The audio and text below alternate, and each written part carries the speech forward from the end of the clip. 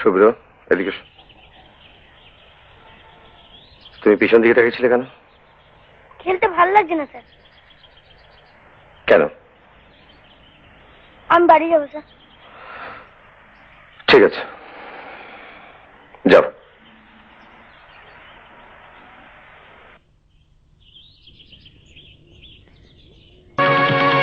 বলি, জলি, খাবার রেডি, শিগগিরই এসো।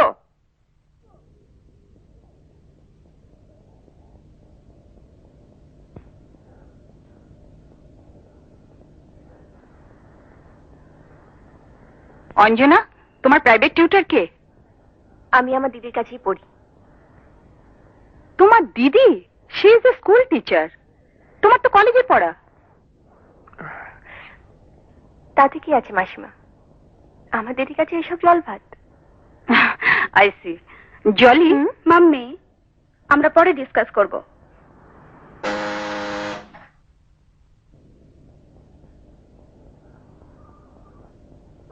অঞ্জু, এ কি তোর চুল? কাকে বলে চুল কেটেছিস? এত স্বাধীন? অঞ্জু, স্বাধীনতা মানে স্বেচ্ছাচারিতা নয়। বস এখানে।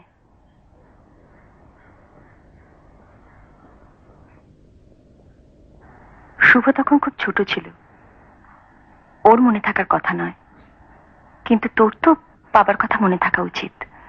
বাবার কাছ থেকে পাওয়ার শিক্ষা, বাবার আদর্শ। অঞ্জুর সময়ের পরিবর্তনকে নিশ্চয়ই মেনে নিতে হবে, কিন্তু তার মানে অত্যাধুনিক হতে কি উশৃঙ্খল হয়ে ওঠা নয়। দিদি, আমাকে জলি জোর করে। অঞ্জু, মিথ্যে বলিস না। আমি বিশ্বাস করি নিজের ইচ্ছের বিরুদ্ধে কাউকে দিয়ে কোনো কাজ করানো যায় না। আমার অন্যায় হয়ে গেছে দিদি। ভবিষ্যতে কিছু করার আগে ভালো মন্দটা বোঝার চেষ্টা করিস। যা, হাত মুখ ধুয়ে নে। মা, আমার একটু চা দাও। আরে এসো এসো জিষ্ণু, বসো।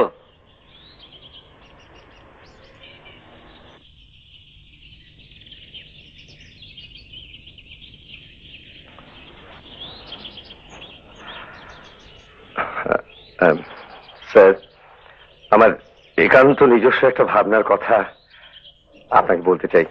বেশ তো, বলো। স্যার, স্যার, আমি কি সত্যিই ছেলেদের শিক্ষা দিতে পারছি? মানে? আমার মনে হয় বর্তমান শিক্ষা পদ্ধতি আমাদের শিক্ষার গুরুত্বটাই ভুলিয়ে দিচ্ছে। আমি একটু অন্যরকম ভাবে ভাবছি স্যার। যেমন? আমার একান্ত নিজস্ব ভাবনাটা অর্থহীন মনে হতে পারে, ভুল মনে হতে পারে, কিন্তু আমার বিশ্বাস বোধহয় আমি ঠিক। শোনো জিষ্ণু, তোমার ভাবনা ভুল হতে পারে না, অর্থহীন হতে পারে না, আমি তাই মনে করি। কারণ তুমি একজন শিক্ষক। স্যার, বই পড়ে পরীক্ষা দিয়ে সার্টিফিকেট ডিগ্রি নিয়ে শিক্ষিত হওয়া নয়। আমি চাই শিশুরা, ছাত্রছাত্রীরা শিক্ষিত হোক সর্বতোভাবে, বিদ্যায়, বুদ্ধিতে, খেলাধুলোয়, সামাজিকতায়, মানবিকতায়। শিক্ষিত হয়ে উঠুক আগামী প্রজন্ম, যাতে তারা মেরুদণ্ড সোজা রেখে মাথা উঁচু করে নির্ভীকভাবে বলতে পারে যে আমরা সেই ভারতবর্ষের মাটির সন্তান, যেখানে আর্য, অনার্য, পাঠান, মোগল, ইংরেজ মিলেমিশে একাকার হয়ে গেছে। অপূর্ব, অপূর্ব যিশু। তুমি সত্যিকারের শিক্ষক, তোমাকে পেয়ে আমি গর্বিত। স্যার, কোনো সংশয় না রেখে তুমি তোমার কাজ শুরু করো, আমি তোমার পাশে আছি। আমি এই অঞ্চলের সব কটি স্কুলের সঙ্গে যোগাযোগ করব, ব্যক্তিগতভাবে অভিভাবকদের সঙ্গে কথা বলবো, তোমার পথ ও পদ্ধতি সম্পর্কে তাদের মতামত চাইব, তাদের সহযোগিতা চাইব। বলো তো আমরা এখন কি করছি? বেড়ালে কি হয়? অনেক কিছু দেখা হয় স্যার। শুধু দেখা হয় না, দেখে দেখে শেখাও হয়। তোমরা তো গৌতম বুদ্ধের কথা পড়েছ। গৌতম বুদ্ধ ছিলেন রাজার ছেলে, রাজপুত্র। নাম ছিল সিদ্ধার্থ। হ্যাঁ, রাজপুত্র সিদ্ধার্থ বেড়াতে বেরিয়ে যা দেখেছিলেন তার থেকে শিক্ষা পেয়ে সাধনায় সিদ্ধি লাভ করেই তিনি বুদ্ধ হন। সাধনায় সিদ্ধি লাভ কি স্যার? সাধনা হলো কর্ম, কাজ। কাজে সফল হওয়াই হলো সাধনায় সিদ্ধি লাভ করা। আমরাও সাধনা করব স্যার। নিশ্চয় করবে, সেই জন্যই তো আমি তোমাদেরকে নিয়ে বেড়াতে বেরিয়েছি। দেখো, আজ তোমরা যা দেখবে, বলো। আজ যা দেখবো তাই নিয়ে রচনা লিখবো স্যার? অবশ্যই লিখবে, মনের ভাব প্রকাশ করবে লিখে। আনন্দ হলে কেন আনন্দ হলো, দুঃখ পেলে কেন দুঃখ পেয়েছো, সব লিখবে।